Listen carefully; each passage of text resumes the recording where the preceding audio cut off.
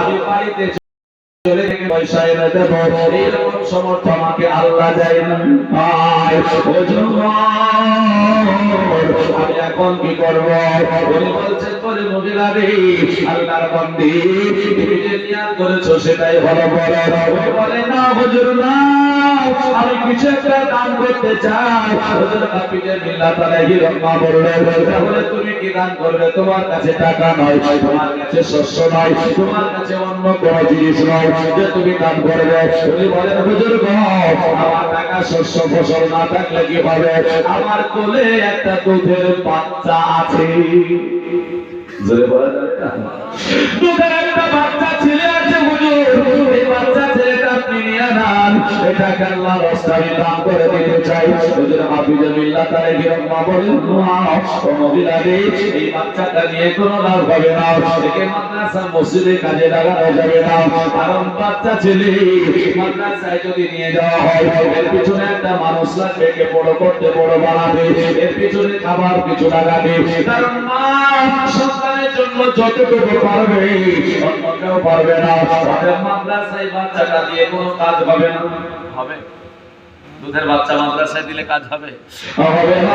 এই জন্য বলে ওই ছেলেটা উনি বলছেন বলেন আপনাকে নিতে হবে। মসজিদে দিয়েও তো কাজ হবে না, কে দেখবে বলুন? মসজিদে দিয়ে কাজ হবে না।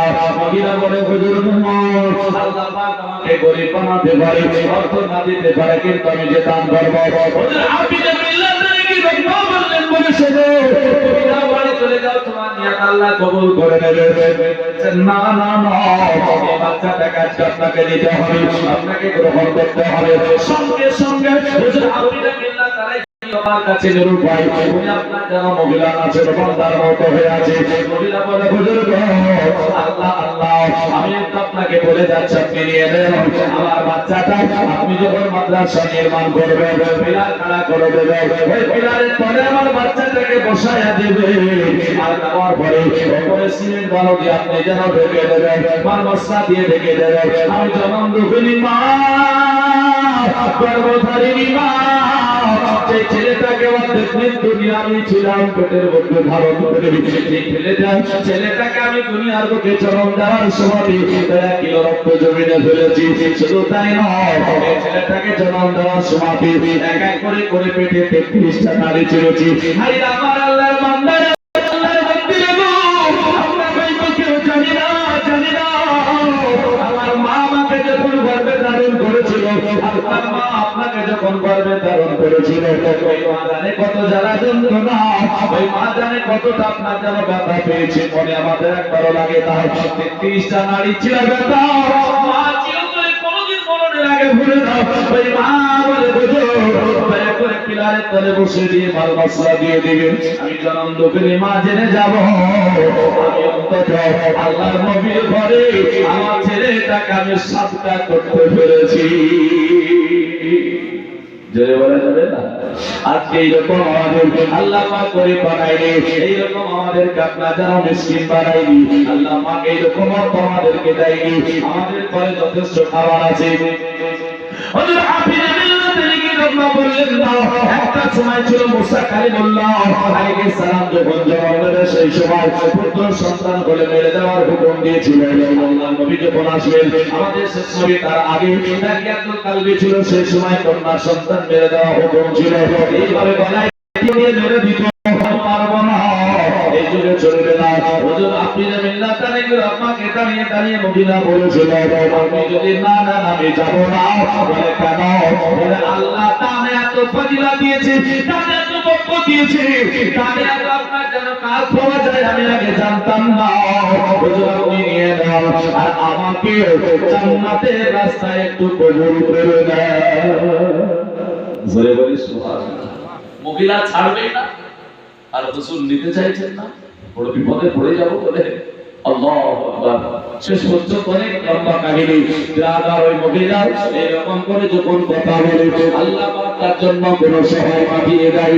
এমন সময় একজন মহিলা আপনার যেন খাড়া হয়ে বলল, বলে হুজুর একটা কথা বলে সেটা আপনি নিয়ে নেন, মাদ্রাসার জন্য আপনি নিয়ে নেন। বলে কি করবো আমি? বলে মহিলাকে বলে আমি কি করবো?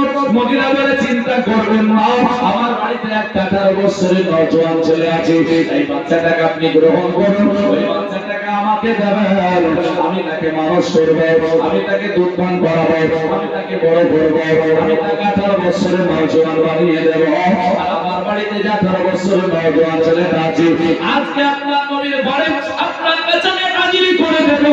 আর এই ছেলেটা 18 বছরের নওজোয়ান হবে, 18 বছর যখন সময় লেগে যাবে, ওই 18 বছরের যত আয় আমার সন্তানটা করবে, ওই সন্তানের আয় সব,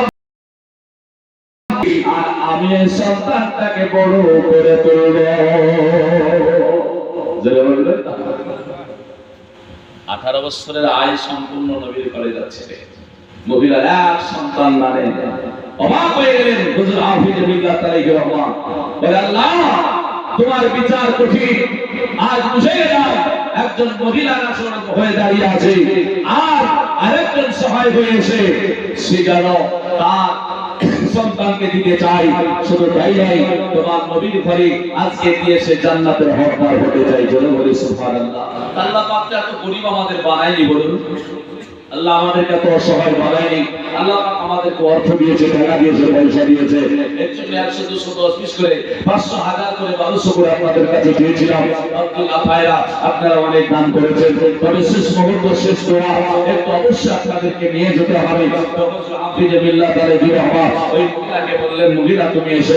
মহিলার সঙ্গে কথা বললেন, মহিলাকে বললেন, মহিলা রে আপনি শোনো, আমি জানতাম যে মহিলাদের দিলটা নরম, আমি জানতাম মহিলারা দাবি মা আয়েশা সিদ্দিকা রাদিয়াল্লাহু তাআলা নাম করতে, আমার যদি দেখা যায় ওনার পিতা আবু বকর সিদ্দিক রাদিয়াল্লাহু তাআলা তিনি নবীর মহব্বত ব্যতীত সবটাই দান করেছিলেন।